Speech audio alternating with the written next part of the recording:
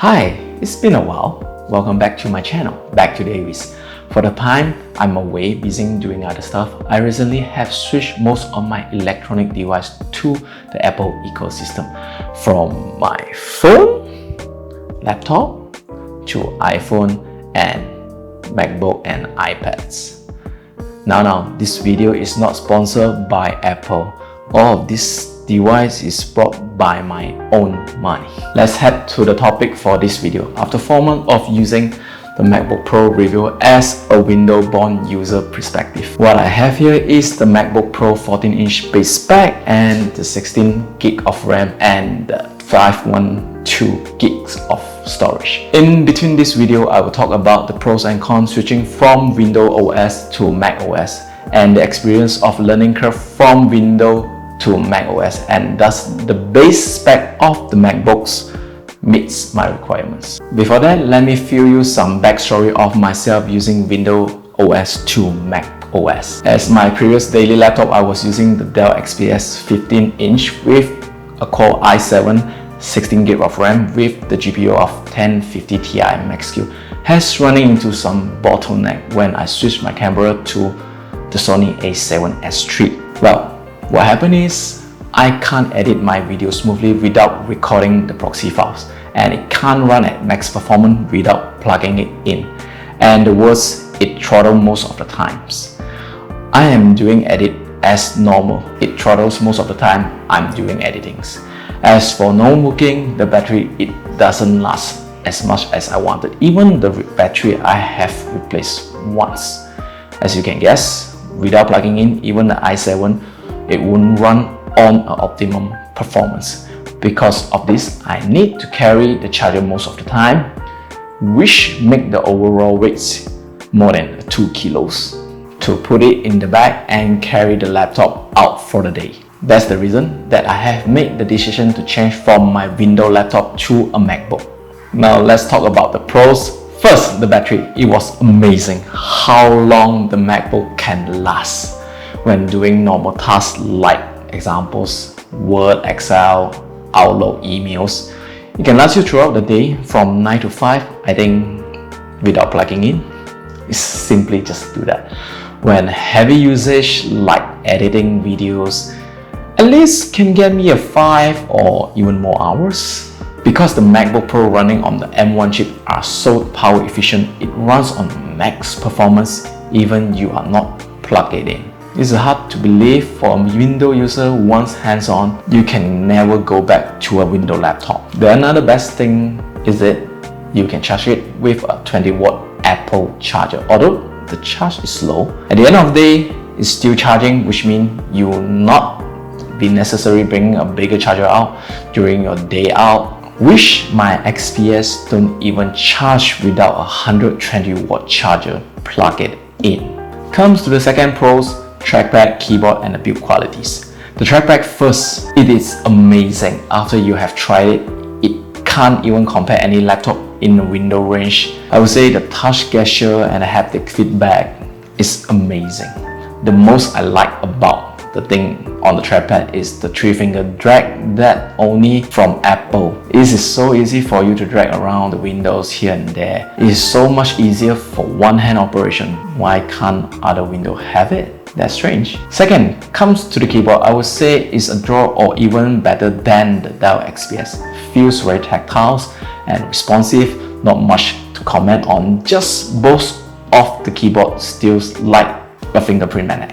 Sweaty hand, I guess. Overall, the build quality for MacBook are tough and rigid compared to my XPS, so-called carbon palm rest. It becomes rubbery after a year plus of usage, which is very odd for a flagship model from Dell. The thing I like about the MacBook Pro is the audio hardware that spec it in. Well, first, high impedance headphone. It makes my Sony WH-1000XM4, this is very hard name to pronounce, into another dimensions. It's very enjoyable using a Mac to listen the high-res music. When you are not using the jack, it streams through the Bluetooth as SCC bandwidth, which the Dell does only support SBC, which is the lowest Bluetooth bandwidth you can get nowadays. And they are putting into the Dell flagship model laptops. And last, those speakers in this MacBook. I strongly recommend you go give it a try. It's almost like a woofer built into it. It just gives you bass. Okay, fourth thing I like about are the macOS and the Apple ecosystem. The Apple continuity. For examples, the most I like is the sidecar features. You can use your iPad as a secondary screen for more screen SD. But do mind, there will be some slightly delay wired or wireless. But who don't like extra screen estate, right? Or just me only? The next thing is the universal clipboard. Copy from another device like iPhone or iPad and you paste it into your Mac, or vice versa. You can go here both way. No matter it's text or photos, it works the wonder. Somehow Mac really did it very well. Apple did it very well on this. Here's another one. If you want to continue to browse on your Mac from your iPad, hands-off features continue where you left. Just pick up your Mac where you left from your iPad. Just log into your Mac. It's still there. It's where you see where you left. That's it. There's still many more which I yet to learn. However, if you want, I can make another video for this. Last but not least, AirDrops. Nowadays, I'm getting more and more friends switching from Android to an iPhone. This is more handy than you can ever imagine.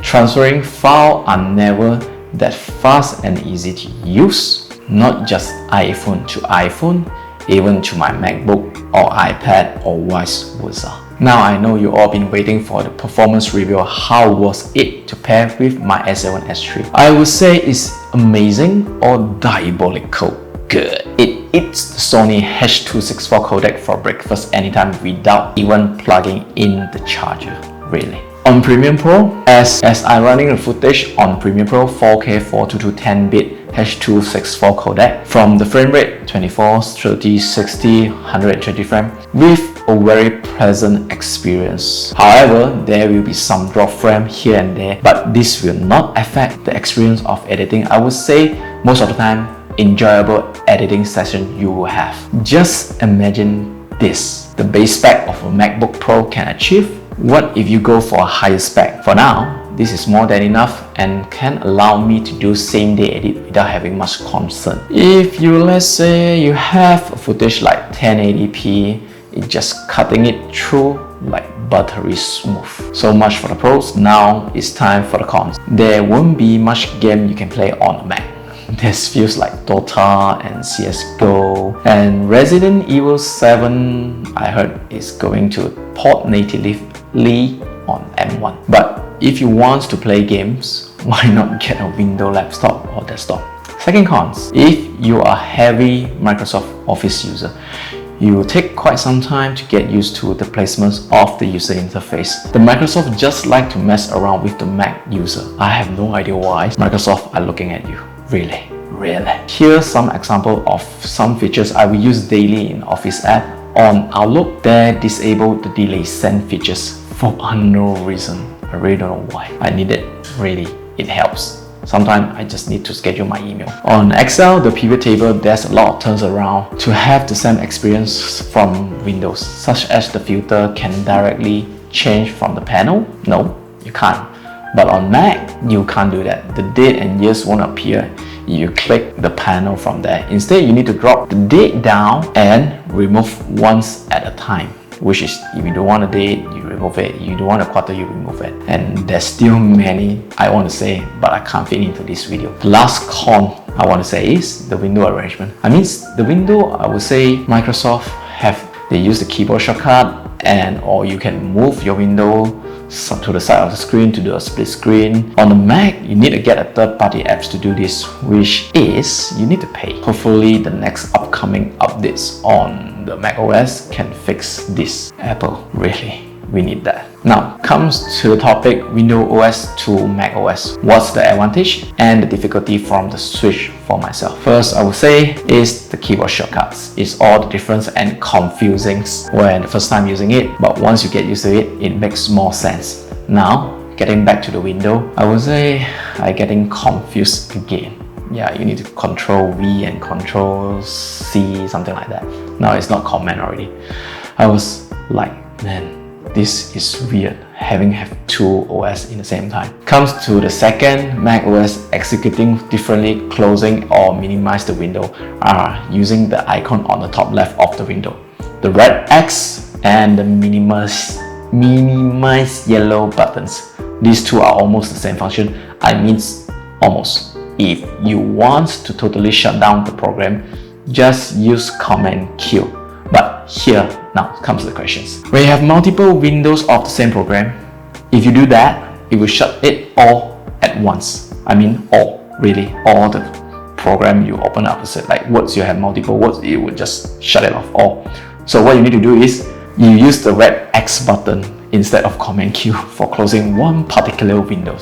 That is why the things works differently, executing differently. Last but not least, the learning curve of Mac OS. It will take you some time on lots of trial and error, and sometimes things doesn't make sense at the first time, really.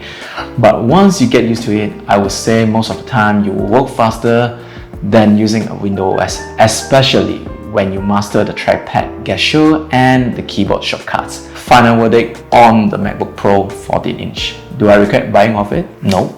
Although some drawbacks on the Microsoft Office side, I would say most of the things just work better than Windows laptops. Do I recommend it?